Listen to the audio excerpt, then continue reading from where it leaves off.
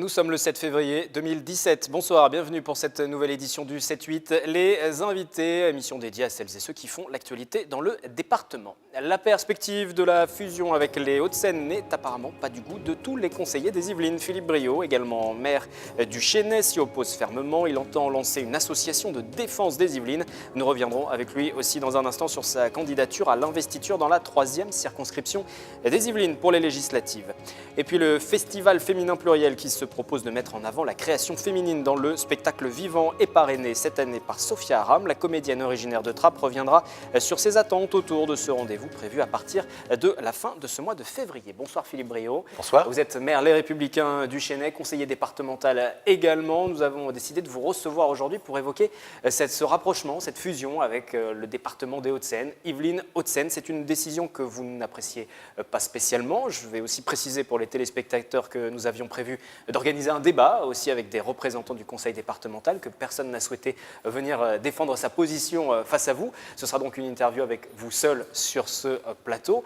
Expliquez-nous déjà dans les grandes lignes pourquoi refuser, en tout cas vous poser des questions, vous interroger sur ce rapprochement entre le département des Yvelines et le département des Hauts-de-Seine. D'abord, merci de votre idée de ce face-à-face.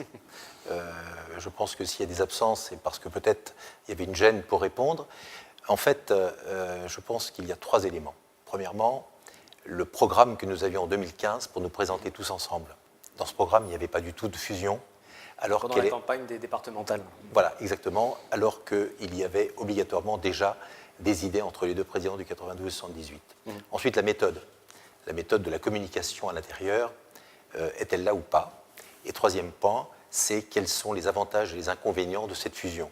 Je crois que c'est pour cela qu'aujourd'hui je suis engagé à dire les choses, même si je pense que beaucoup le pensent, mais ne peuvent pas le dire ou ne veulent pas le dire. Il y a eu quelques voix qui se sont élevées au sein du conseil départemental des Yvelines. Je pense à Yvan Deval, par exemple, ou encore Christine Boutin, qui conteste aussi ce rapprochement. Vous avez des mots très durs, vous l'avez déclaré lors de vos vœux. Plus on rajoute des couches, plus on sort du fric de votre poche. Vous vous adressiez à l'Assemblée présente ce soir-là.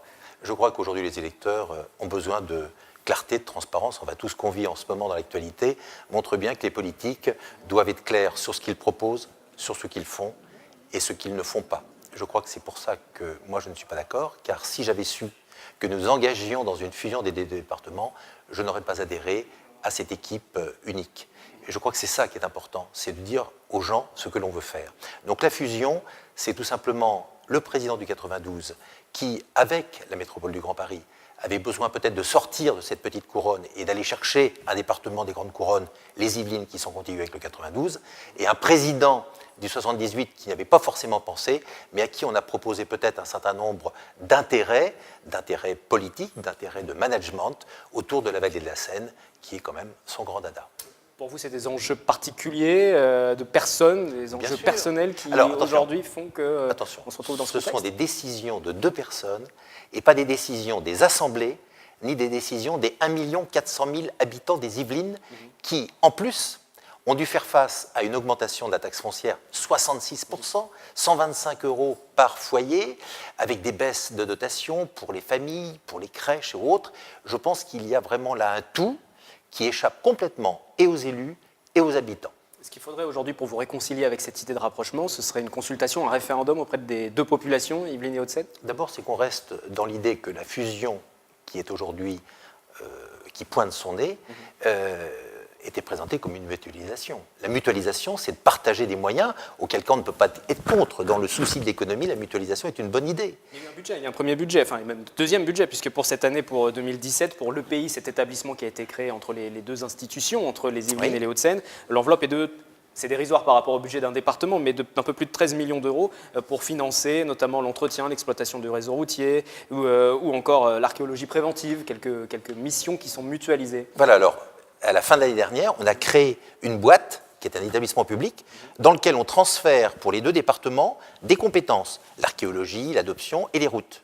Mais on transfère aussi les recettes compétentes. Et après les sénatoriales, parce que bien sûr on ne fait rien pendant les élections, on transférera en septembre ou en octobre la totalité des compétences, où le président de cette nouvelle boîte est Patrick Devedjian et pas Pierre Bédier. Donc ça veut dire que, vous voyez, j'ai découvert par une note auprès du personnel qu'on va transférer le personnel à Guyancourt dans un immeuble de location. Donc ça veut dire qu'en octobre enfin l'été prochain, 2017, on transfère les 700 personnes qui travaillent sur Versailles sur différents sites à Guyancourt, dans un immeuble en location, soi-disant pour revenir à Versailles dans un nouveau immeuble. Mais pas du tout. En fait, on va transférer tout le monde à Guyancourt.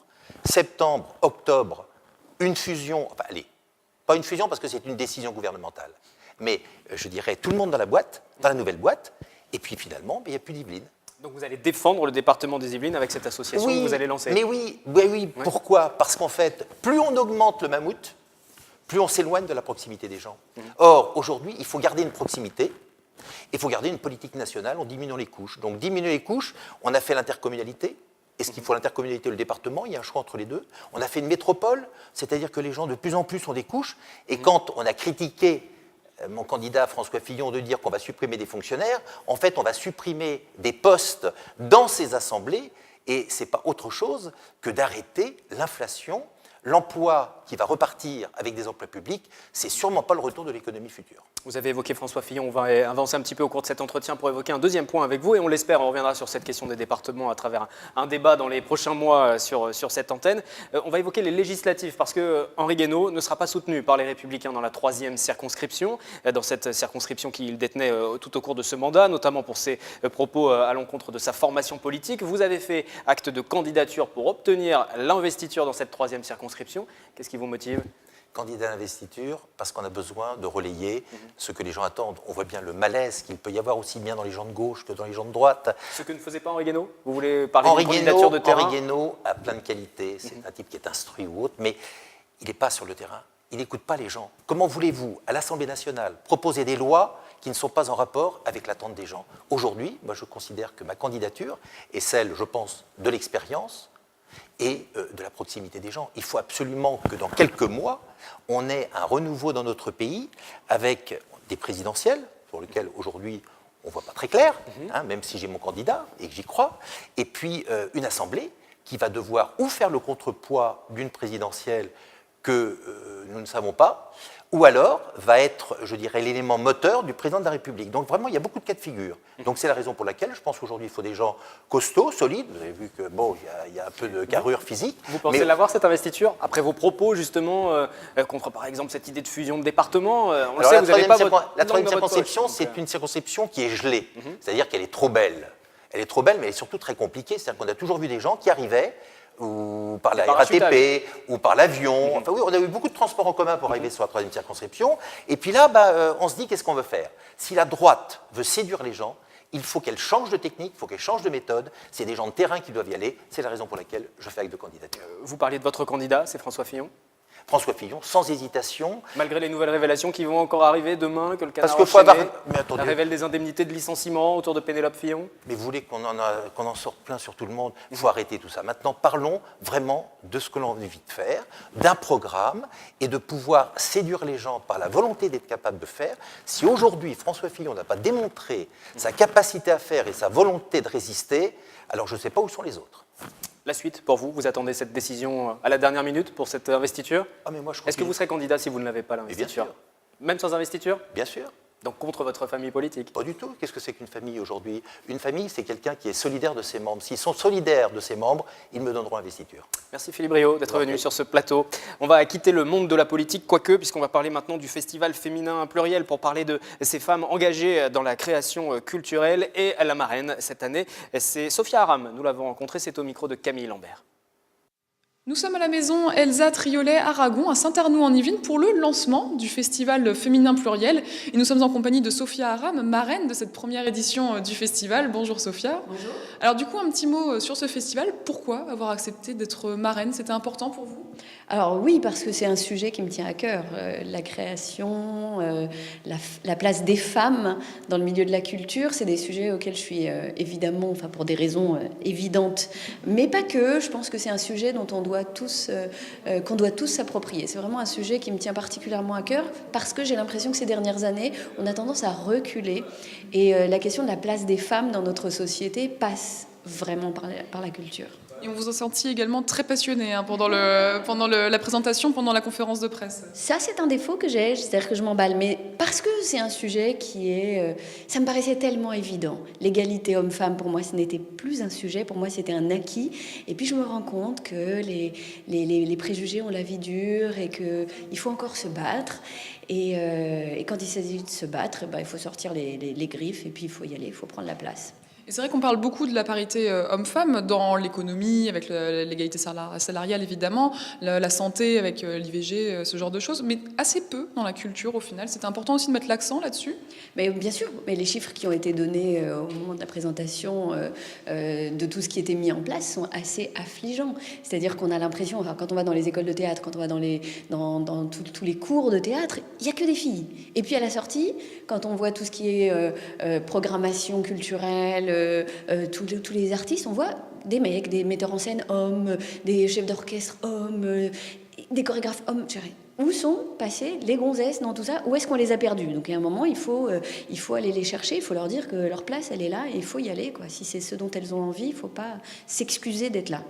Vous l'avez un petit peu évoqué avec cette idée qu'il y a un petit peu une certaine censure, en fait, une autocensure, le fait qu'on n'ose pas peut-être aller là-dedans. Quelle place, selon vous, ont les femmes actuellement dans le spectacle vivant? C'est difficile à dire. Moi, je parle de ce que je connais, c'est-à-dire que dans l'humour, par exemple, moi, je suis humoriste, donc je parle de ce que je connais. Et ce que j'ai pu remarquer, par exemple, c'est que certains sujets, les femmes ne se les approprient pas. Et que quand, par exemple, pour parler de moi, je fais un spectacle qui parle de politique, et ben ça surprend.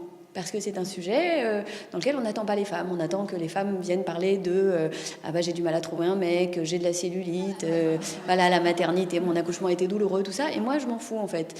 C'est pas mes sujets. Je veux dire, c'est des sujets qui intéressent peut-être plein de gens, mais moi non. Et je vois pas pourquoi ce serait la chasse gardée des mecs de parler de politique, de parler de religion, de parler de liberté d'expression, de laïcité. Et il faut que ce soit quelque chose de. Enfin, je veux dire, il n'y a pas de sujet qui appartient particulièrement aux hommes. Et pas de sujet féminin exclusivement.